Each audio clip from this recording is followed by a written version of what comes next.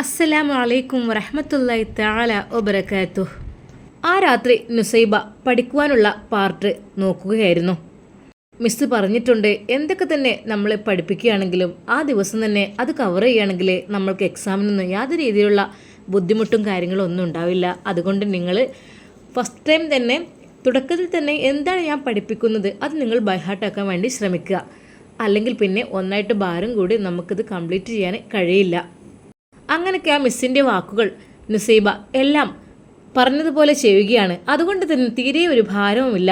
പലരും പറഞ്ഞു MBBS പഠനം അത് വലിയൊരു ഹാർഡ് വർക്ക് തന്നെയാണ്, പക്ഷേ പരിശ്രമിച്ചാൽ വിജയിക്കാത്തതായിട്ട് ഒന്നുമില്ലല്ലോ. അതുകൊണ്ട് തന്നെ മിസ്സിൻ്റെ ആ വാക്കുകൾ കേട്ടിട്ട് നുസൈബ അതിനുവേണ്ടി എപ്പോഴേ തയ്യാറെടുത്തു കഴിഞ്ഞു. അപ്പോഴതാ അവളുടെ ഫോൺ ബെല്ലടിക്കുന്നു. ആരപ്പോ ഈ സമയത്ത്? ഹോ, ഷിഫ. ഹലോ, അസ്സലാമു അലൈക്കും. വലൈക്കും അസ്സലാം. നുസൈബ, എന്തൊക്കെയുണ്ടടി? എങ്ങനെയുണ്ട് കോളേജൊക്കെ? റാഗൊക്കെ ഉണ്ടോ? ഷിഫ, എടി അത് എനിക്കൊന്നും ഇതുവരെ അനുഭവിക്കേണ്ടി വന്നിട്ടില്ല. പല സീനിയേഴ്സും പറയുന്നത് കേട്ടിട്ടുണ്ട്, അങ്ങനെ ഉണ്ടായിരുന്നു ഇങ്ങനെ ഉണ്ടായിരുന്നു ഞങ്ങൾ വന്ന ടൈമിനെന്നൊക്കെ. പക്ഷേ എനിക്ക് അങ്ങനെയൊന്നും ഉണ്ടായിട്ടില്ലടി. അല്ല, നിൻ്റെ നഴ്സിംഗ് കോളേജിലെ അങ്ങനെയുണ്ടോ? അതൊന്നും പറയണ്ടടി. പിന്നെ ഞാൻ പഠിക്കുന്നടി പ്രൈവറ്റ് അല്ലേ, അപ്പോൾ പിന്നെ എന്തായാലും സീനിയേഴ്സിനെ ചെറിയ കുട്ടികളെ കാണുമ്പോഴേ എന്തായാലും അവർക്ക് ചെറുതായിട്ടൊരാഗ്രഹമൊക്കെ ഉണ്ടാവും എന്തെങ്കിലുമൊക്കെ ചെയ്യണം എന്നുള്ളത്. എന്നാലും വലിയ കുഴപ്പമില്ല, എന്നാലും ഉണ്ട്, അത്യാവശ്യത്തിനൊക്കെ ഉണ്ട്. പെൺകുട്ടികളായിട്ട് എന്താ, പെൺകുട്ടികളെ എത്ര മോശക്കാരെന്നല്ല, അവർ നല്ല രീതിയിൽ ചെയ്യും. സത്യം പറഞ്ഞാൽ എനിക്ക് പഠനത്തിനോടൊരു വലിയൊരു താല്പര്യമൊക്കെ ഇല്ല. ഞാൻ ഇപ്പോൾ BSc നഴ്സിങ്ങിന് വേണ്ടി ജോയിനൊക്കെ ആയിട്ടുണ്ട്. എനിക്കറിയില്ലടി എങ്ങനെ കംപ്ലീറ്റ് ആക്കാൻ കഴിയുമെന്നുള്ളത്. അതെന്താടി, നിനക്ക് താല്പര്യമില്ല പഠിക്കാൻ? സത്യമായിട്ടടി എനിക്ക് അങ്ങനെയൊന്നുമില്ല, വേണമെങ്കിൽ പഠിക്കാം. പിന്നെ ഉമ്മാക്കും ഉപ്പാക്കും നിർബന്ധമാണ്, വെറുതെ എങ്ങനെ പഠിക്കാൻ എന്നിട്ട് എന്താ, അല്ലേ ഇവനെ കെട്ടിച്ച് വിടുന്ന പറഞ്ഞപ്പോൾ എനിക്കൊരു പേടി. അതുകൊണ്ടാണ് ഞാൻ പിന്നെ അതിന് പോയി ജോയിൻ ആയത്. എടി പെണ്ണെ, നിനക്ക് താല്പര്യമില്ലെങ്കിൽ എന്നാൽ പിന്നെ സമ്മതം മൂളിക്കൂടെ? നിനക്ക് കല്യാണത്തിന് വേണ്ടിയിട്ട്? അത് പറയാൻ തന്നെയാണ് ഞാൻ വിളിച്ചത്. അതെ, ഒരു കാര്യം ഞാൻ പറയട്ടെ കേട്ടോ. നീ ഞെട്ടോ? ഇല്ല, എന്താണ്? എൻ്റെ ഉമ്മയുടെ നമ്മളെ അസ്കർ ഉണ്ടല്ലോ, ഹുസൈനാജിയുടെ മകനെ, അത് കേട്ടപ്പോൾ തന്നെ നുസൈബ ശരിക്കും ഞെട്ടി. ഷിഫ, നീ എന്താണ് പറയുന്നത്? എനിക്ക് ആ പേര് കേൾക്കുന്നതന്നെ പേടിയാണ്. എടി പെണ്ണെ, പേടിക്കേണ്ട ആവശ്യമൊന്നുമില്ല. അതെ, അദ്ദേഹത്തിൻ്റെ മകൻ അസ്കറിനറിയില്ലേ? അസ്കറിനെ അറിയാം, പാവാണല്ലേ. ആ ചെക്കനെ കുറിച്ച് നല്ല അഭിപ്രായമാണ് എല്ലാവർക്കും. അതെ, അവന് എന്നെ പെണ്ണ് ആലോചിക്കാനടി, അതിന് വേണ്ടിയിട്ടാണ് അവരുടെ ഉമ്മ എൻ്റെ ഉമ്മാൻ്റെ അടുത്ത് വന്നത്. അത് കേട്ട് നുസൈബ് പറഞ്ഞു, ചെക്കന് പൊളിയാണെന്നൊക്കെ പറഞ്ഞു കേട്ടിട്ടുണ്ട്, പക്ഷേ ബാപ്പാൻ്റെ കാര്യത്തിലല്ലേ, പിന്നെ ഇപ്പം എന്താ? എനിക്ക് ബാപ്പാനൊന്നും പേടില്ല. പിന്നെ എന്താന്നില്ലേ, ഞാൻ അപ്പം അയാളെ പേടിച്ച് നടക്കല്ലേ. ഷിഫ ധൈര്യത്തോടെ പറഞ്ഞു. നുസൈബ് പറഞ്ഞു, അത് മതിയടി, നിനക്ക് ആ ധൈര്യമുണ്ടെങ്കിൽ എങ്ങനെയും ജീവിക്കാം. എനിക്കൊന്നും അത്ര ധൈര്യമില്ല, അതുകൊണ്ടാണ് ഞാനിങ്ങനെ പേടിച്ച് ജീവിക്കുന്നത്. ഷിഫ, നിൻ്റെ ധൈര്യം നിന്നെ രക്ഷിക്കട്ടെ. നുസൈബ, ധൈര്യം കാണിക്കേണ്ടിട്ട് നമ്മൾ കാണിക്കണം. പിന്നെ മൂപ്പര് എന്നെ കെട്ടാൻ പോകുന്ന ചെക്കൻ്റെ ബാപ്പാന്ന് വിചാരിച്ചിട്ട് ഞാൻ പേടിക്കൊന്നുമില്ല കേട്ടോ. ഞാൻ വേണമെങ്കിൽ ആ വീട്ടിൽ പോയി താമസിക്കും. എന്താ പേടിച്ചിട്ട്, എലിയെ പേടിച്ച് ഇല്ലം ചുടാൻ പാടുണ്ടോ? ഒരിക്കലുമില്ല. ഞാൻ ഉമ്മാക്കും മോൻക്കൊക്കെ ധൈര്യം കൊടുക്കും. ഉമ്മ പാവാണ്, പേടിച്ചിട്ടാണ് അങ്ങോട്ട് പോവാത്തത്. പക്ഷേ അഥവാ അവൻ നിക്കാഹ് കഴിക്കുകയാണെങ്കിൽ ഞാൻ പറയും ധൈര്യമായി, നമ്മൾ എന്തിനാണ് ഇവിടെയൊക്കെ താമസിക്കുന്നത്, വില്ലയിലൊക്കെ വെറുതെ ക്യാഷും കൊടുത്തിട്ട്? അതിൻ്റെ ആവശ്യമില്ലല്ലോ, സ്വന്തമായ വീടുണ്ടല്ലോ. പിന്നെ ഇപ്പം എന്താ? അങ്ങനെ ഞാൻ ധൈര്യമായി പറയും. എടി പെണ്ണെ, നിനക്ക് എങ്ങനെ ധൈര്യം വരുന്നത്? നിനക്ക് കുറച്ചൊക്കെ ധൈര്യം ഇല്ല ഞാൻ പറ്റൂലല്ലോ. ഷമ്മാസിന് ധൈര്യം ഉണ്ടല്ലോ, എന്താ ഇല്ലേ? ഷമ്മാസിന് അതിനെ മരിക്കാൻ ഭയമില്ല. മരിക്കുകയാണെങ്കിൽ ധീരനായി മരിക്കണം എന്നാണ് ഷമ്മാസ് പറയാറുള്ളത്. അതുകൊണ്ട് തന്നെ അതേടി, അതന്നെ ഞാനും പറയുന്നത്. മരിക്കുകയാണെങ്കിൽ ധീരതയോടെ മരിക്കണം. അത് പെണ്ണായിരുന്നു ശരി. എനിക്കും അങ്ങനെ തന്നെ ഇഷ്ടം. ഭീരുക്കളായി പേടിച്ച് ഒളിഞ്ഞു നിൽക്കണമെന്നും എനിക്കിഷ്ടമല്ല സത്യമായിട്ടും. എന്നാൽ പിന്നെ നിനക്ക് കുഴപ്പമില്ലെങ്കിൽ നിനക്ക് സമ്മതം കൊടുത്തൂടെ? അതിനെന്താ, അവനെക്കുറിച്ച് എല്ലാവർക്കും നല്ല അഭിപ്രായമാണ്. എന്നോട് ഉമ്മ പറഞ്ഞു, കുഴപ്പമില്ലാത്ത ചെക്കനാണ്, മാത്രമല്ല അവർക്ക് അവരുടേതായ ചുറ്റുപാടിൽ ജീവിക്കാൻ വേണ്ടിയുള്ള സമ്പത്തും കാര്യങ്ങളും ഉണ്ട്. ഒരിക്കലും ബാപ്പയുടേത് മോഹിച്ചിട്ടോ അങ്ങനെയൊന്നല്ല കേട്ടോ. മോനക്ക് തന്നെ സ്വന്തമായിട്ട് സൂപ്പർ മാർക്കറ്റ് ഉണ്ട് ഗൾഫിൽ. അതുപോലെ തന്നെ അവന് ജോലിയുണ്ട്, ഫാർമസിസ്റ്റാണ്. എവിടെയാണെങ്കിലും എപ്പോഴാണെങ്കിലും ജോലി കിട്ടും. അങ്ങനത്തെ കാര്യത്തിലൊക്കെ കുഴപ്പമൊന്നുമില്ല. പിന്നെ ചെക്കനെ കുറിച്ച് നല്ല അഭിപ്രായമാണ്. പക്ഷേ ഒരേ ഒരു കാര്യം മാത്രമാണ് ഒരു ടെൻഷൻ ഉണ്ടാകുക. അതെന്താടി? അതെ, ഹുസൈനാജി തന്നെ. ആ ഒരു കാര്യത്തിൽ എൻ്റെ ബാപ്പാൻ്റെ ഒക്കെ ചിന്തയിന് എന്തെനിക്കറിയില്ല. ഉമ്മാക്ക് കുഴപ്പമില്ല, പക്ഷേ എൻ്റെ ഉപ്പ എന്ത് വിചാരിക്കുന്നു എനിക്കറിയില്ലടി. എൻ്റെ ഉപ്പ ഒന്ന് സമ്മതിച്ചാൽ മതിയായിരുന്നു. കാരണം പാവാണ് അസ്കറൊക്കെ. അതായത് ഒരു പിതാവിനെ പേടിച്ച് ഒറ്റയ്ക്ക് ജീവിക്കേണ്ട ഉമ്മയും മകനും. അപ്പോൾ എനിക്ക് അവർക്ക് കൂടുതലായിട്ട് ധൈര്യം കൊടുക്കാൻ നല്ല ആഗ്രഹമുണ്ട്. അതുകൊണ്ട് തന്നെ എനിക്ക് ഇഷ്ടമാണടി ഈ ഒരു ബന്ധത്തിന്. പിന്നെ കൂടുതലായിട്ട് ഞാൻ ഉമ്മയോട് ഇഷ്ടമാണെന്നൊന്നും പറഞ്ഞിട്ടില്ല. എനിക്ക് ഇതുവരെയായിട്ട് അവനോട് അങ്ങനെ തോന്നിയിട്ടൊന്നുമില്ല. പക്ഷെ എന്താണെന്നറിയില്ല, അവന് എന്നെ വിവാഹം കഴിക്കാൻ ആഗ്രഹമുണ്ടെന്ന് പറഞ്ഞപ്പോൾ എൻ്റെ മനസ്സിലും വല്ലാത്തൊരു സന്തോഷം തോന്നി. നുസൈബ, നീ പ്രാർത്ഥിക്ക്. ഇൻഷാ അല്ലാ എൻ്റെ പ്രാർത്ഥന ഉണ്ടാവും. പിന്നെ എന്തായിട്ട് നിങ്ങളെ കാര്യങ്ങൾ? ഞാനിപ്പോൾ അതിനെക്കുറിച്ച് ചിന്തിക്കാറില്ല. ആദ്യമൊക്കെ ഞാൻ ഒരുപാട് നിന്നെ സപ്പോർട്ട് ചെയ്തിരുന്നു അതിന് വേണ്ടിയിട്ട്. നിനക്ക് ഓർമ്മയില്ലേ, ഷമ്മാസിന് നിന്നോട് ഇഷ്ടമുണ്ടെന്ന് പറഞ്ഞപ്പോൾ അത് പറയാനും തിരിച്ച് റീപ്ലൈ കൊടുക്കാനും അതിനെന്തിനൊക്കെ ഞാൻ ഒരുപാട് ശ്രമിച്ചിട്ടുണ്ട്. എങ്ങനെയെങ്കിലും നിൻ്റെ ഭാവി ജീവിതം രക്ഷപ്പെടണം, അതായിരുന്നു എൻ്റെ ആഗ്രഹം. കാരണം നിൻ്റെ കഥയൊക്കെ കേട്ടപ്പോഴേ എനിക്കൊരുപാടങ്ങ് സങ്കടം തോന്നി. പിന്നീട് ദൈവദൂതനെ പോലെയാണ് ഷമ്മാസ് വന്നത് അല്ലേ? നുസൈബ ഒന്നും മിണ്ടുന്നില്ല. എന്താണ് നീ മിണ്ടാത്തത്? എടി ഷിഫ, അതിനേക്കാൾ വലിയൊരു പ്രശ്നമുണ്ട്. എന്ത് പ്രശ്നം?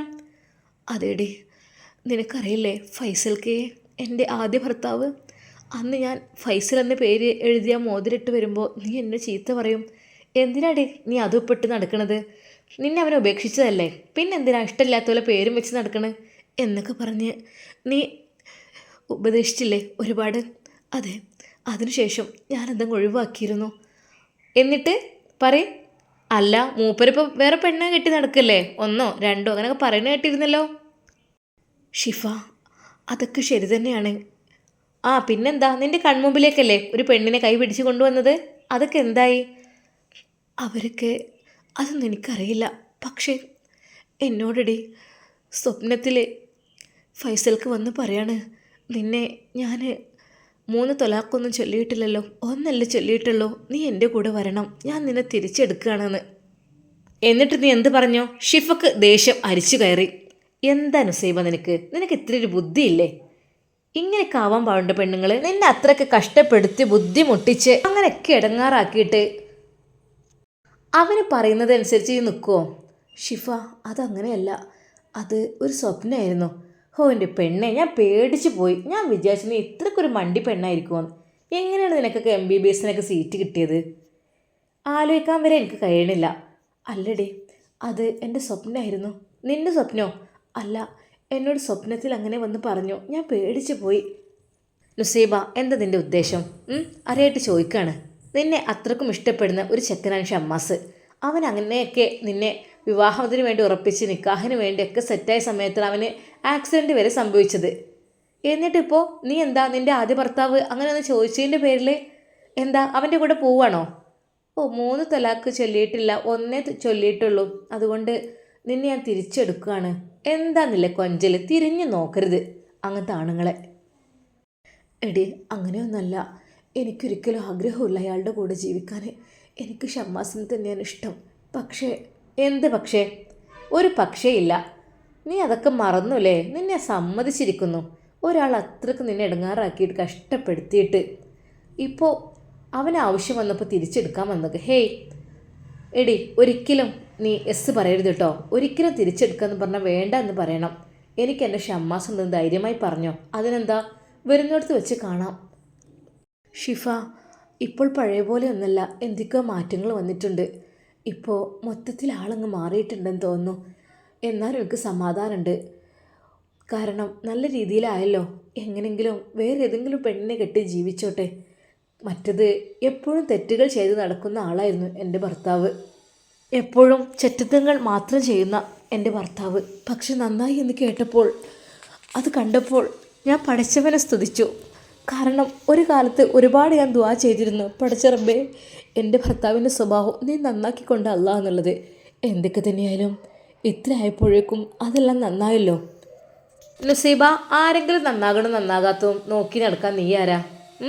അവന് നന്നാവാതിരിക്കേ ഏതെങ്കിലും പെണ്ണുങ്ങളുടെ കൂടെ പോവേ?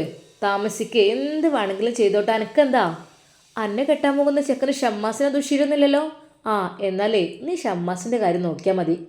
വേറൊരാൾ പറയുന്നതിനോ കേൾക്കുന്നതിനോ അതിനെക്കുറിച്ച് ചിന്തിക്കേ വേണ്ട. അവൻ ഇപ്പോൾ ഇതിൻ്റെ ആരുമല്ല. എൻ്റെ കല്യാണം പറയാൻ വിളിച്ചതായിരുന്നു. ഇപ്പോൾ അവൾക്ക് ഉപദേശിക്കേണ്ട ഗതിയായി എനിക്ക്. അതിൻ്റെ പെണ്ണേ, എന്നാണ് ഈയൊക്കെ ഒന്ന് ബുദ്ധി വെക്കുക? ഈ പെണ്ണിനെ ഉപദേശിക്കുന്ന പണിയാണ് എനിക്ക് നല്ലത്. അല്ലാതെ ഞാൻ ഒന്നിനും നിൽക്കണില്ല. കല്യാണം കളിയാത്തൊന്നും വേണ്ട.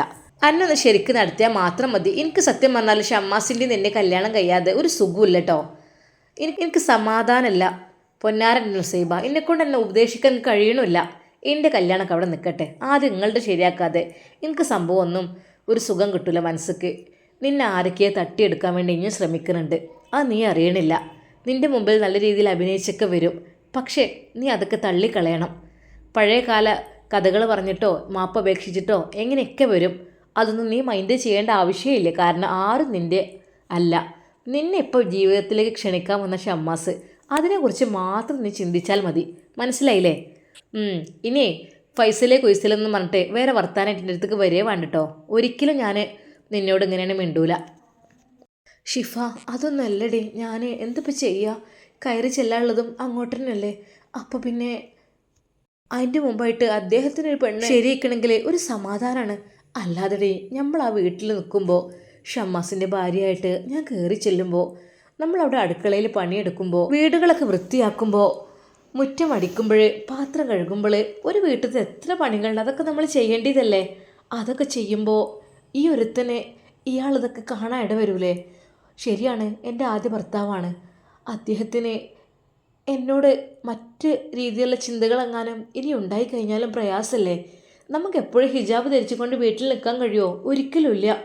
അപ്പോൾ എനിക്ക് സത്യം പറഞ്ഞാൽ മൊത്തത്തിലൊരു ഭയമുണ്ട്. അപ്പോൾ ഞാൻ വിചാരിക്കുന്നത് മൂപ്പരെ കല്യാണം വേഗം ഒന്ന് റെഡിയായി കിട്ടിയാൽ എനിക്കും ഷമ്മാസിനും അപ്പോൾ പിന്നെ വലിയ കുഴപ്പമുണ്ടാവില്ല. ഷിഫക്ക് എല്ലാം കേട്ട് ദേഷ്യം പിടിക്കുകയാണ്. എന്തായാലും വേണ്ടിയില്ല, ഞാൻ നിന്നോടൊന്നും പറയാനില്ല. പിന്നെ ഒരു കാര്യം പറഞ്ഞേക്കാട്ടോ, നിൻ്റെ ജീവന തുല്യം സ്നേഹിക്കുന്ന, എന്നെ ഏറ്റവും ലോകത്തിൽ ഇഷ്ടപ്പെടുന്ന ഒരേ ഒരാൾ അത് ഷമ്മാസ് മാത്രമാണ്. അതവന് ഇഷ്ടം തോന്നിയത് അന്ന് മുതൽ ഇന്ന് വരെ അങ്ങനെ തന്നെയാണ്. അതിൽ നിന്നൊരു മാറ്റമില്ല. പിന്നെ ഓരോന്ന് പറഞ്ഞുകൊണ്ടേ വെറുതെ വിഷയം മാറ്റം നിൽക്കണ്ട കേട്ടോ. സത്യം പറഞ്ഞാൽ അങ്ങനെയൊന്നും ചിന്തിക്കാനേ പാടില്ല പഴയ കാര്യങ്ങളൊന്നും. കാരണം അതൊക്കെ അങ്ങനെ ഇട്ടെറിഞ്ഞ് പോയി ഒഴിവാക്കി ഡൈവേഴ്സ് ചെയ്തു. പിന്നെയും 2 ചെല്ലിയിട്ടുള്ളൂ 3 ചെല്ലിയിട്ടില്ല എന്നൊക്കെ പറഞ്ഞുകൊണ്ടേ വന്നാലേ അതിന് നിന്ന് കൊടുക്കരുത്. കുറച്ചൊക്കെ സ്ട്രിക്റ്റിൽ നിൽക്കണം. ഒരിക്കലും അതിൽ ചെന്ന് വീഴരുത്. ഇല്ല ഷിഫ, ഒരിക്കലുമില്ല.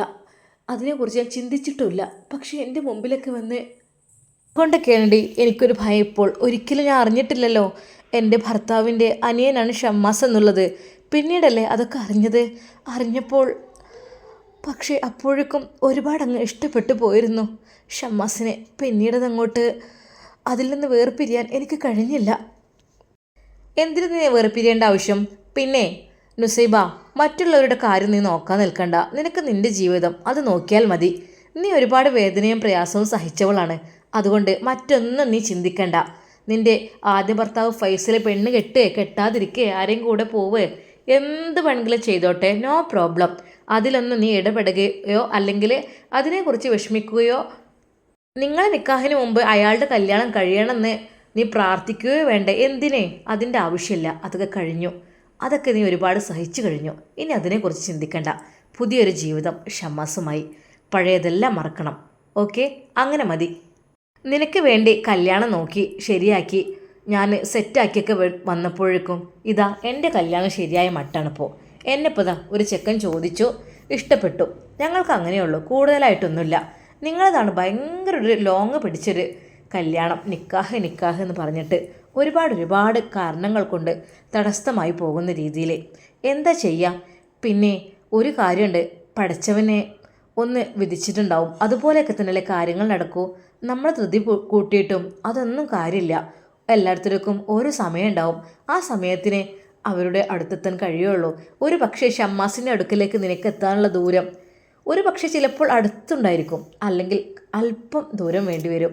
എന്തൊക്കെ തന്നെയാലും നുസൈബ, ഞാൻ നിന്നോടൊരു കാര്യം പറയാം. നീ ഷമ്മാസിനെ മാത്രമേ വിവാഹം കഴിക്കാൻ പറ്റുള്ളൂ. ഒരിക്കലും നീ ഫൈസലിനെ കെട്ടുന്നത് എനിക്ക് ഇഷ്ടമല്ല കേട്ടോ.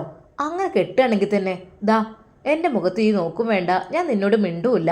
ഒരിക്കലും എനിക്ക് ഇങ്ങനെ ഒരു ഫ്രണ്ട്ഷിപ്പ് താല്പര്യമില്ല. ഷിഫയുടെ വാക്കുകൾ കേട്ട് നുസൈബക്ക് ഒന്നും പറയാനില്ലായിരുന്നു. എല്ലടി, അങ്ങനെയൊന്നും ഞാൻ ചെയ്യില്ല. ആ പിന്നെന്താ, ഒരുപാട് അങ്ങ് സംസാരിച്ചില്ലേ, എന്നാലേ പിന്നെ വിളിക്കാം. ഷിഫ, അസ്കറുമായുള്ള വിവാഹം അത് വേഗം നടന്നോട്ടെട്ടോ.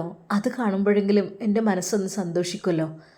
അത് നല്ല രീതിയിൽ റാഹത്തായി നടക്കട്ടെ, എതിരൊന്നും പറയണ്ട കേട്ടോ. നുസൈബയുടെ ആ ഒരു വാക്കുകൾ കേട്ട് ഷിഫ പറഞ്ഞു, ഇല്ല പെണ്ണേ, ഞാനൊന്നും എതിര് പറയുന്നില്ല. എന്തൊക്കെ തന്നെയാലും അവൻ അങ്ങനെ ഷമ്മാസിനെ പോലെയും അതുപോലെ അസ്കറിനെ പോലെയുള്ള ചെക്കന്മാരെ കിട്ടൽ ചുരുക്കമാണ്. കാരണം എന്താ, അവരെല്ലാ രീതിയിലും നല്ല ചിട്ടയും കാര്യങ്ങളൊക്കെ ആയിട്ട് നടക്കണ ആൺകുട്ടികളാണ്. അവർക്കെന്ന് വെച്ചാൽ ദുനിയാവും ആഹ്റും വേണമെന്നുള്ള ചിന്തയുള്ളവരാണ്. ദുനിയാവ് മാത്രം മതി എന്നുള്ള ചിന്തയുള്ളവരല്ല. അതുകൊണ്ട് നമ്മൾക്ക് രണ്ടാൾക്കും കിട്ടുകയാണെങ്കിൽ അവർ രണ്ടാളെ തന്നെ മതി. എനിക്കും താല്പര്യമുണ്ട് അസ്കറിനോട്. അസ്കറിനെ കുറിച്ച് ശരിയാണ്, അവരുടെ ഫാമിലിയെ കുറിച്ച് നോക്കുമ്പോൾ കുറച്ച് റിസ്ക് ഒക്കെ തന്നെയാണ്. പക്ഷേ അതിന് തരണം ചെയ്ത് നിൽക്കാൻ നമുക്ക് കഴിയുമല്ലോ. അതുകൊണ്ട് എനിക്ക് കുഴപ്പമില്ല, എനിക്ക് അതിനോട് സമ്മതമാണ്. അതുപോലെ തന്നെ നുസൈബ, നീ ഷമ്മാസിനെയും കൈവിടരുത്. പല രീതിയിലും പ്രലോഭിപ്പിക്കാൻ പലരും വരും, പല രീതിയിൽ പറയും. പക്ഷെ അതിലൊന്ന് വീണ് പോകരുത് കേട്ടോ. അഥവാ വീണ് പോയിട്ടുണ്ടെങ്കിൽ പിന്നെ നമ്മൾ തമ്മിലുള്ള ആ ഒരു ഫ്രണ്ട്ഷിപ്പ്, കൂട്ടുകിട്ട് ഞാൻ അതോടെ നിങ്ങൾ നിർത്തും. എന്നാൽ ശരി, എന്തെങ്കിലും എൻ്റെ ഭാഗത്തു നിന്ന് തെറ്റ് പറ്റിയിട്ടുണ്ടെങ്കിൽ ക്ഷമിക്കണം. അസ്സലാമു അലൈക്കും. വലൈക്കും അസ്സലാം വറഹമത്തുള്ള. നുസൈബ ആ ഫോൺ നോക്കിക്കൊണ്ട് തന്നെ അവിടെ വെറുതെ ഇരുന്നു. എന്നാലിപ്പോൾ ഷിഫ എന്തൊക്കെയോ പറഞ്ഞു. എന്നെ ചില സമയത്ത് അവൾ നല്ല രീതിയിൽ ചീത്ത പറയൂ. കാരണം എൻ്റെ ചില പൊട്ടത്തരങ്ങൾ കണ്ടിട്ട് ചിലപ്പോൾ നല്ല രീതിയിൽ ഉപദേശിക്കും. എന്തൊക്കെ തന്നെയായാലും ഷമ്മാസ് എനിക്ക് നഷ്ടപ്പെടുമോ എന്നുള്ളൊരു ഭയമാണ് അവൾക്കുള്ളത്. പാവം, ഇങ്ങനെയൊക്കെ കൂട്ടുകാരികൾ ഉണ്ടാവുമോ? എൻ്റെ വിജയം മാത്രമാണ് അവൾ ലക്ഷ്യമാക്കുന്നത്. അങ്ങനെ ഉണ്ടാവുമായിരിക്കും. എനിക്ക് വേണ്ടി ഒരുപാട് പ്രാർത്ഥിച്ചു എന്ന് പറഞ്ഞു. MBBSന് സീറ്റ് കിട്ടാനൊക്കെ വേണ്ടിയിട്ട് അസ്കറുമായുള്ള വിവാഹാലോചന വന്നപ്പോൾ അവൾ എതിർത്തൊന്നും പറഞ്ഞില്ല എന്നും പറഞ്ഞു. പഠിച്ചവനെ, അവളുടെ ദാമ്പത്യ ജീവിതം നീ ഹൈറിലാക്കി കൊടുക്ക് റബ്ബേ. നുസൈബ അവൾക്ക് വേണ്ടി ദുആ ചെയ്തു. എന്നാൽ ഈ സമയത്ത് ഹുസൈനാജിയുടെ വീട്ടിൽ പതിവ് പോലെ തന്നെ അയാൾക്ക് വേണ്ടി സേവനം ചെയ്തുകൊണ്ടിരിക്കുകയാണ് രണ്ട് പെണ്ണുങ്ങൾ, രണ്ട് ഭാഗത്ത് നിന്നുകൊണ്ട് അയാൾക്ക് ഒഴിച്ചിലും പിഴിച്ചിലുമൊക്കെ ആയിട്ട്. അതുതന്നെയാണ് അയാൾക്ക് ഇഷ്ടവും. എപ്പോഴും മറ്റു പെണ്ണുങ്ങൾ, അന്യ പെണ്ണുങ്ങളുടെ കൂടെ ഇങ്ങനെ ഇരിക്കുന്നതും സംസാരിക്കുന്നതും അത് അയാൾക്കൊരു ഹരമാണ്. ആ ഒരു സമയത്താണ് മജീദ് അങ്ങോട്ട് കയറി വരുന്നത്. ആജിയരെ എങ്ങനെയുണ്ട്? നടക്കാൻ പ്രയാസമാണ് എപ്പോഴും, നീച്ച് നടക്കാൻ എനിക്ക് പറ്റുമെന്ന് തോന്നുന്നില്ല. നല്ല കുരുത്തം കെട്ടവനെ കാട്ടിയത്. ആജിയരെ, ഇനി പറഞ്ഞിട്ട് കാര്യമില്ല, നമ്മളായിട്ട് തന്നെയല്ലേ അങ്ങോട്ട് പോയത്, അല്ലാതെ ഓല് ഇങ്ങോട്ട് വന്നു എന്നല്ലല്ലോ. നമ്മളവിടെ തടഞ്ഞു ഓൻ പോണ വഴിയിൽ. ആജിയരെ, നമ്മളെന്നെ ഗുണ്ടകൾ ഇറക്കിക്കാണ്ട് ഓനെ തല്ലി കൊല്ലണം എന്നുള്ള നീയത്തല്ലേനാ? അതെ, ഓനോട് ഇല്ലാതാക്കണം എന്ന് ഞാൻ വിചാരിച്ചിരുന്നത്. എന്നിട്ട് ആ പെണ്ണിനെ അങ്ങോട്ട് കെട്ടിക്കൊണ്ടിരണം, അതേ ഞാൻ വിചാരിച്ചിരുന്നത്. പക്ഷേ ഓൻ വിചാരിച്ച മാതിരിയൊന്നല്ല. എൻ്റെ ആൾക്കാരൊക്കെ ഉണ്ട്, ഈ പേടിത്തൊണ്ടന്മാർ അത്രക്കും പൊട്ടന്മാരായിപ്പോയി. ഓല് വരെ തിരിഞ്ഞോടിയില്ലേ. അപ്പോഴാണ് ഞാൻ നീച്ചത്. എനിക്ക് സഹിച്ചില്ല. എൻ്റെ അരയിൽ കരുത്തിയ കത്തിയേറ്റേ ഞാനങ്ങോട്ട് ഊരി ഇറങ്ങിക്കേനെ. ഓൻ്റെ കുടൽമാല ഞാൻ കുത്തി പുറത്തെടുക്കുമെന്ന് വിചാരിച്ചിട്ട്. എന്നിട്ടാണ്ട് കൊക്കേക്കൊരു ഏറ്, അതേനു ഞാൻ വിചാരിച്ചത്. പക്ഷേ അപ്പോത്തിന് എൻ്റെ നേർക്കും വന്നില്ലേ, അതിൻ്റെ കാല് രണ്ടും അടിച്ചൊടിച്ചില്ലേ, നീച്ചാൻ പറ്റാത്ത രീതിയിൽ. എൻ്റെ ജീവൻ രക്ഷപ്പെട്ട തന്നെയാണ്. എൻ്റെ നേർക്ക് എൻ്റെ കയ്യിൽ നിന്നുള്ള കത്തി കൊണ്ട് പിടിച്ചു വാങ്ങി എൻ്റെ നെഞ്ചത്തുക്കണോ വന്നിൻ്റെത്. അപ്പോത്തിന് ആരോ ആ കത്തി പിറകുന്ന കൊണ്ട് പിടിച്ച് വാങ്ങണേ കണ്ടു. അതേ എനിക്ക് ഓർമ്മയുള്ളൂ, ബാക്കിയൊന്നും ഓർമ്മയില്ല. അപ്പോത്തിന് പറയണം കേട്ടോ, വേണമെന്നുണ്ടെങ്കിൽ എടുത്ത് കൊണ്ടേക്കോളി നിങ്ങളെ മുതലിനെന്ന് പറഞ്ഞിട്ട് എല്ലാവരും വാരി പിടിച്ച് കൊടുന്ന് ആക്കിയോ. എൻ്റെ കാലുകൊണ്ട് പിന്നെ നടന്നിട്ടില്ല. ഇപ്പോൾ 2 വടി തൊക്കട വെച്ച് നടക്കേണ്ട അവസ്ഥ എനിക്ക്. ഓനെ വെറുതെ വിടാൻ പാടില്ല ആ ചെറ്റനെ. ആജിയരെ, നിങ്ങൾ സമാധാനപ്പെടി. മനസ്സിലായില്ലേ നിങ്ങളെക്കൊണ്ട് ഓനെ തോൽപ്പിക്കാൻ കഴിയില്ലെന്നുള്ളത്. ഒറ്റയാനായിട്ടാണ് അത്രക്കും ആൾക്കാരെ ഓനൊന്ന് തല്ലി തോൽപ്പിച്ചത്. പോരാത്തത് നിങ്ങളെ 2 കാലം ഒടിച്ച് മൂലക്കിലാക്കി. എത്ര എളുപ്പം കൊണ്ട് ഓൻ്റെ കയ്യിൽ വല്ല ആയുധമോ എന്തെങ്കിലും ഉണ്ടായിട്ടാ? വെറും കൈ കൊണ്ടാണേ. എന്താ ചെക്കൻ്റെ ശക്തിയില്ലേ. ഓൻ്റെ കൈ രണ്ടും ആദ്യം വെട്ടണം. ഹുസൈനാജി ദേഷ്യത്തോടെ പറയുകയാണ്. ആജിയരെ, പിന്നെ മറ്റേ കാര്യം ഇപ്പോഴും നടക്കുന്നുണ്ട് കേട്ടോ. ഏത് കാര്യം? അതല്ലേ, ഓൻ ആ പെണ്ണിനായിട്ടുള്ളേ ആ ചുറ്റിക്കളി ഇപ്പോഴും ഉണ്ട് നല്ല മട്ടത്തിൽ. ഞാൻ എൻ്റെ 2 കണ്ണുകൊണ്ടാണ് കണ്ടത്. ഓല ചിരിയും കളിയും വർത്താനം എന്താണ്. ഹുസൈനാജിക്ക് രക്തം തിളച്ചു. മജീദേ, ഈയൊരു വാർത്ത ഇജിന്നോട് പറയും ഞാൻ വിചാരിച്ച് നിൽക്കുകയാണ്. അല്ലെങ്കിലും ഓലെ നിക്കാഹെന്നാ അതിന് വേണ്ടി ഞാൻ കാത്തിരിക്കണ്. അന്ന് ഹുസൈനാജി കാലുകൊണ്ട് നടക്കാൻ കഴിയൂലെങ്കിലേ കൊള്ളി വെച്ച് നടന്നവിടെ എത്തും കൊളാക്കാൻ നോക്കിക്കൊണ്ടി. അതങ്ങാൻ്റെ ചെവിയിലെത്തട്ടെ. അജയരെ നിങ്ങളിഞ്ഞിപ്പോൾ നിങ്ങളാ വടിയും കൊണ്ട് കുത്തിപ്പിടിച്ച് അവിടെ എത്തുമ്പോഴത്തിനെ നിങ്ങൾക്ക് തല്ലിട്ടെന്ന് നോക്കേണ്ടി വരും. മജീദെ വേണ്ട, എനിക്ക് കുറച്ച് നമ്മളെ കളിയാക്കൽ ഇപ്പോൾ കൂടുതലുണ്ട്, എനിക്ക് അറിയായിട്ടല്ല. ഓനെ തല്ലി തോൽപ്പിച്ചു എന്ന് പറഞ്ഞു കണ്ട് പല വട്ടം ജിൻ്റെ നേരക്ക് ഇപ്പോൾ ഇങ്ങനെ പറയണത്. പൊന്ന അജയരെ നിങ്ങളോടുള്ള സ്നേഹം കൊണ്ട് പറയണേ. നിങ്ങൾ ഈ കയ്യിൽ ഈ വടിയും തൊക്കട വെച്ച് അങ്ങോട്ട് പോയിട്ട് നിങ്ങൾക്ക് എന്ത് ഓടാൻ കഴിയുമോ? ഓന് പറഞ്ഞാലേ നരസിംഹമാണ്, നരസിംഹം. ഒരിക്കലും ഈ വയസ്സാം കാലത്ത് നിങ്ങൾക്ക് ഓനെ തോൽപ്പിക്കാൻ പറ്റൂല. എനിക്ക് തോൽപ്പിക്കാൻ പറ്റൂല എന്നുള്ള എനിക്ക് മനസ്സിലായി. എന്നാലും ഞാനെന്താ ഓനെ തോൽപ്പിച്ചിട്ട് നിൽക്കുള്ളൂ. അതേ നേരിട്ട് പറ്റില്ലെങ്കിലേ ചതിയിലൂടെ. അങ്ങനെ അവർ സുഖമായി ജീവിക്കണ്ട, അതിന് നമ്മൾ സമ്മതിക്കൂല. ഞമ്മക്ക് കിട്ടിയില്ലെങ്കിൽ നമ്മളെ മോനെ അസ്കറിനെ കൊണ്ട് ഞാൻ കെട്ടിക്കും ഓളെ. ഇജ്ജ് നോക്കിക്കൊണ്ടി മജീദ്, അല്ലെങ്കിൽ എൻ്റെ പേര് ഞാൻ മാറ്റിക്കൊണ്ടി. മജീദ് ഒന്ന് കളിയാക്കുന്ന രീതിയിൽ പറഞ്ഞു. അത് നടക്കും. എന്താ മജീദ് എനിക്ക് പിന്നെയൊരു കളിയാക്കൽ നമ്മളിട്ട് ആളെ മക്കാറൊക്കെ ഇജ്ജ് മുഖത്ത് നോക്കിയിട്ട് പൊന്നാരാജീരെ ഒന്നുമല്ല, ഞാൻ നടക്കുമെന്ന് പറഞ്ഞതാണ്. നുസൈബാനെ എൻ്റെ മോനെ കൊണ്ട് കെട്ടിച്ച് ഈ പന്തലിൽ ഞാൻ ഇവിടെ നിർത്തിച്ചു. ഇജ്ജ് നോക്കിക്കൊണ്ടി. ആചാര്യ അപ്പോത്തിന് ആ പെൺകുട്ടിനെ ആൺകുട്ടികൾ കൊണ്ടുപോകും. എന്താടാ എൻ്റെ മോനക്കത് പറ്റൂലേ? എൻ്റെ മോനക്ക് എന്താ ഒരു കുറവ്? ഓന് സൗന്ദര്യത്തിന് കുറവുണ്ടോ? മുതലിന് കുറവുണ്ടോ? തറവാടിന് കുറവുണ്ടോ? എന്തെങ്കിലും ഒരു കുറവുണ്ടോ? ഇജ്ജ് പറയും എന്താണ് എനിക്ക് കുറവ്? ആചാര്യ അതിപ്പോൾ സമ്പത്തും മുതലും തറവാടും നോക്കിയതുകൊണ്ടെന്നല്ല. ഓരോരുത്തർക്ക് മനസ്സിലങ്ങോട്ട് ഇഷ്ടപ്പെട്ട് കഴിഞ്ഞാൽ പിന്നെ അതൊന്നും നോക്കൂല്ല. അല്ല എനിക്കിപ്പോൾ എന്താ ഓല് ഇവിടെ കല്യാണം കഴിപ്പിക്കണം? എനിക്കെന്താ? ഇങ്ങനെ ഈ അവിടെയും ഇവിടെ കത്തിച്ച് നടന്നോ? അല്ലെങ്കിൽ എൻ്റെ സ്വഭാവത്തിൽ കുറച്ചൊരു മാറ്റം വന്നതായിട്ട് ഞാൻ കണ്ടേക്കണേ. എന്നെ തല്ലി തോൽപ്പിച്ച് ഇവിടെ ഇട്ടപ്പോൾ എനിക്ക് കുറച്ചൊരു പൊന്തരം തുടങ്ങിക്കണേ. അത് ഞാൻ ശ്രദ്ധിക്കായിട്ടല്ല. പൊന്നു ആചാര്യ നിങ്ങളിങ്ങനെ തെറ്റിദ്ധരിക്കല്ലേ. അതെ നിങ്ങളോടുള്ള സ്നേഹം കൊണ്ടാണ് ഞാൻ പറഞ്ഞത്. ഇപ്പോൾ ഓലവിടെ കളിച്ചുന്ന കളിയൊക്കെ ഞാൻ ഇപ്പോൾ നിങ്ങളോട് എന്തിനാണ് വന്ന് പറഞ്ഞത്? എന്തുകൊണ്ടാ? ഇന്നെ ദേഷ്യം പിടിപ്പിച്ചാൽ ഈ കാരം അല്ല, നിങ്ങളോടുള്ള സ്നേഹം കൊണ്ട് വന്ന് പറഞ്ഞാണ്. അല്ലാതെ ഒരിക്കലും അത് മുണ്ടാന്നിട്ട് കാര്യമില്ലല്ലോ. പറയാനുള്ളവരോട് അപ്പക്കപ്പം പറയണമല്ലോ. വേഷം കൊടുത്ത് കൊല്ലണം രണ്ടെണ്ണത്തിന്, അതാ വേണ്ടിയത്. ആചാര്യങ്ങൾക്ക് ഇത്രയൊക്കെ പറ്റിയിട്ടും ഇത്രയൊക്കെ അടി കിട്ടി മൂലക്കിലായിട്ടും നിങ്ങളെന്തിനാ ഇങ്ങനത്തെ ഈ വർത്താനം തന്നെ പറയണത്? അതിനും വേണ്ടിയിട്ടല്ല. ഇജന്നല്ല ഇപ്പോൾ വലിയ ഇജല്ല ഇപ്പോൾ അവിടുത്തെ കാര്യങ്ങളൊക്കെ ഇവിടെ വന്ന് എന്നോട് പറഞ്ഞത്. എന്നിട്ടിപ്പോൾ എന്നെ ചൂടാക്കിയിട്ട് ഇജെന്നെ തണുപ്പിച്ചാൽ നോക്കേ. മജീദേ വേണ്ടട്ടാ, എൻ്റെ പണി തന്നെ ഞാനണ്ട് ഒഴിവാക്കിയാണ്ട് വിടും. എൻ്റെ കഞ്ഞുരനെ മുട്ടിക്കും ഞാൻ. ലത്തീഫിൻ്റെ കഞ്ഞുര മുട്ടിച്ച് എനിക്ക് ഓർമ്മ ഉണ്ടാവും. ഓൻ്റെ മോളെ കെട്ടിച്ച് തരാൻ പറഞ്ഞിട്ട് കെട്ടിച്ച് തരൂലെന്ന് പറഞ്ഞപ്പോഴേ ഇവിടുന്ന് പണിയെന്നാണ്ട് പിരിച്ചു വിട്ടു. ഇപ്പോൾ ഓന് കണ്ണി കണ്ട പല സ്ഥലത്തും പോയി കൂലിപ്പണി എടുത്ത് നടക്കുക മയും വെയിലും കൊണ്ട്. ഇവിടെ ആകുമ്പോൾ എന്തേനോ ഓൾക്ക് നല്ല ഷാപ്പാട് കിട്ടീനോ, പൈസ കിട്ടീനോ. പിന്നെ ഇപ്പം എന്താ? അതേപോലെ എന്താ എനിക്ക് നമ്മളെ പണിയെന്നാണ്ട് പോകാൻ തോന്നുന്നുണ്ടോ? ഹുസൈനാജിക്ക് കാലിനെ കേട് പറ്റിയിട്ടുള്ളൂ, കാലിന്. അല്ലാതെ വേറെ ഒന്നിനും ഒരു കേടും പറ്റിയിട്ടില്ല കേട്ടോ. മജീദ് ശരിക്കും ഞെട്ടി വിറച്ചു. കാരണം അയാളെ പണിയെന്നൊക്കെ ഒഴിവാക്കി വിട്ട പിന്നെ തൻ്റെ ജീവിതം കട്ടപ്പുക. എവിടുന്നെങ്കിലും നല്ല കാണാൻ കൊള്ളാവുന്ന പെൺകുട്ടികളെ കണ്ടാൽ പ്രത്യേകം ഒന്ന് നോട്ട് ചെയ്യണമെന്ന് എന്നോട് പറഞ്ഞതാണ്. അതുകൊണ്ട് തന്നെ മജീദിൻ്റെ പണി പെണ്ണുങ്ങളെ നോക്കലാണ്. പെണ്ണുങ്ങളെ നോക്കി കണ്ടുപിടിച്ച് മൂപ്പർക്ക് പറഞ്ഞു കൊടുക്കും. ആ പെണ്ണിൻ്റെ ചേലും കോലും ഒക്കെ കേട്ടിങ്ങനെ ഹുസൈനാജ് ഇങ്ങനെ ആസ്വദിക്കും. ഞമ്മക്ക് പറ്റുമെന്ന് നോക്ക്, പറ്റുന്നുണ്ടെങ്കിൽ നമ്മളെ ബീവി ആക്കണമല്ലോ. അതാണ് ഇയാളുടെ ജോലി. ആ ഒരു സ്ഥാനത്ത് നിന്ന് ഒഴിവാക്കും എന്നാണ് പറയുന്നത്.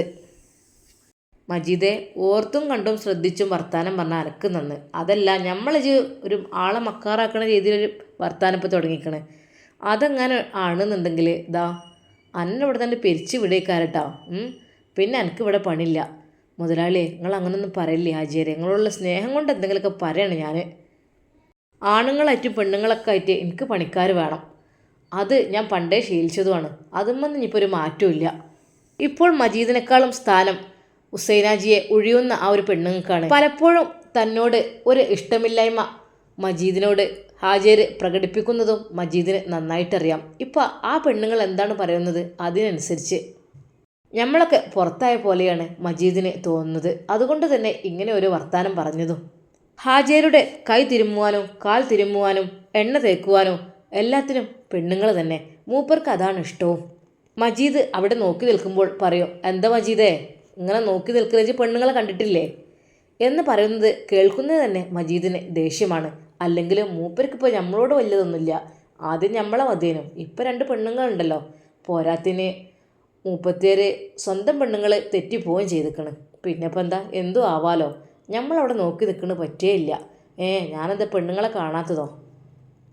ചിലപ്പോഴൊക്കെ മജീദിന് ഹുസൈനാജിയോട് ദേഷ്യം പിടിക്കാറുമുണ്ട്. പക്ഷേ നല്ലൊരു കാഴ്ചയാണല്ലോ കണ്ടത്, നുസൈബയും ഷമ്മാസും സംസാരിക്കുന്ന.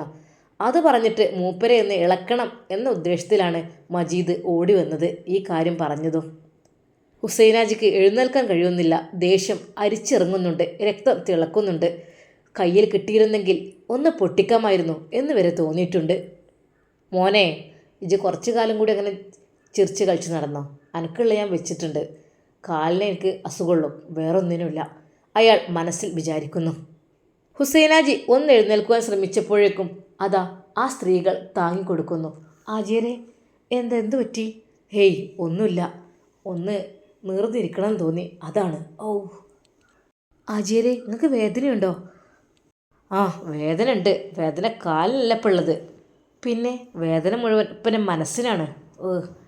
എല്ലാവരും കൂടി ഇന്നങ്ങട്ടെ കാട്ടിക്കൂട്ടി വെച്ചത്. ആജിയരെ നിങ്ങൾ സമാധാനപ്പെടി, ചുടുവെള്ളം കൊണ്ടുവരണോ? അതിലെടുത്ത് പറഞ്ഞു. ഒന്നും വേണ്ട, തലങ്ങും വിലങ്ങുമായിട്ട് നിങ്ങൾ രണ്ടാളും എപ്പോഴും ഉണ്ടല്ലോ, അത് മതി, നിങ്ങൾക്ക് എത്ര വെച്ച പൈസ ഞാനെൻ്റെ എണ്ണിത്തരും. ആജിയരെ നിങ്ങൾ ഞങ്ങളോട് എന്ത് പറയുകയാണെങ്കിലും ഞങ്ങൾ ചെയ്യും, അതിലൊന്നും നിങ്ങളൊരു വിഷമിക്കണ്ട. അതുമല്ല നിങ്ങൾക്ക് എന്താ വെച്ചാൽ വേണ്ട ഫുഡും കാര്യങ്ങളും അതൊക്കെ ഞങ്ങൾ റെഡിയാക്കി തരും എന്ന് കരുതി പേടിച്ചുകൊണ്ട് നിങ്ങളെ ഭാര്യയെ കൊണ്ടുവരുന്നും വേണ്ട, അവരെവിടെ വെച്ചാൽ നിൽക്കണേ നിന്നോട്ടെ, ഞങ്ങളുണ്ടല്ലോ നിങ്ങൾക്ക്, പിന്നെന്താ നിങ്ങൾക്ക് പേടി? ആ പെണ്ണുങ്ങളുടെ പഞ്ചാര വാക്ക് കേട്ട് മയങ്ങി ചിരിക്കുകയാണ് ഹുസൈനാജി. അല്ലെങ്കിലും അയാൾക്കും അതുതന്നെയാണ് ഇഷ്ടം, അതിന് പറ്റിയ 2 പെണ്ണുങ്ങൾ ഇപ്പോഴുണ്ട്. പക്ഷേ മജീദിനെ ആ ഒരു കാഴ്ച കാണുന്നത് തന്നെ വെറുപ്പാണ്. അയാൾ അങ്ങോട്ട് വരുമ്പോൾ തന്നെ മജീദിനെ വേറെ വല്ല സ്ഥലത്തും ആട്ടിവിടും. അങ്ങനെയുണ്ട് ഹുസൈനാജിക്കൊരു പരിപാടി. മജീദ് മനസ്സിൽ വിചാരിക്കുകയാണ്, പണക്കാരല്ലേ, എന്തുമാവാലോ, ആരും ചോദിക്കാനും പറയാനൊന്നുമില്ല, നടക്കട്ടെ, കെട്ടിയ പെണ്ണുങ്ങളും പോയല്ലോ, മോനും ഇല്ല, അവനാൻ്റെ ഇഷ്ടം പോലെ അങ്ങനെ ജീവിക്കട്ടെ. മജീദിന് ഹുസൈനാജിയോട് മനസ്സിൽ നല്ല ദേഷ്യമുണ്ടായിരുന്നു. പക്ഷെ പുറത്തേക്ക് വല്ലാതെ കാണിക്കാതെ അവിടെ ഇങ്ങനെ ചുറ്റിപ്പറ്റി കൂടുകയാണ് മൂപ്പര് ചെയ്യുന്നത്. ഷിഫ അങ്ങോട്ട് മരുമകളായി വന്നാൽ എന്തായിരിക്കും സ്ഥിതി? ഷിഫ ഒരു പക്ഷേ അവിടെ ആ ഭരണമങ്ങ് ഏറ്റെടുക്കും, അവളുടെ ഉമ്മയുടെ സ്ഥാനത്ത് അവൾ നിൽക്കും. ഷിഫ പറയുന്നത് ഒരിക്കലും എന്ത് കാര്യത്തിന് വേണ്ടിയിട്ടാണ് വില്ലയിലൊക്കെ താമസിക്കുന്നത്, സ്വന്തമായി വീടൊക്കെ ഉള്ള അങ്ങോട്ട് തന്നെ പോയാൽ പോരെ എന്ന് വരെ ഷിഫ ചിന്തിക്കുന്നുണ്ട്. ഇനി ഷിഫയുടെ ഉപ്പയുടെ മറുപടി എന്തായിരിക്കും, അവരോട് ചോദിച്ചാൽ കിട്ടുക എന്താണ് നമുക്ക് കാത്തിരുന്ന് കാണേണ്ടത്. ഇൻഷാ അല്ലാഹ് നമുക്കിതിൻ്റെ ഭാഗം നാളെ കാണാം. എല്ലാവർക്കും അസ്സലാമു അലൈക്കും വറഹ്മത്തുള്ളാഹി തആല വബറകാതുഹു.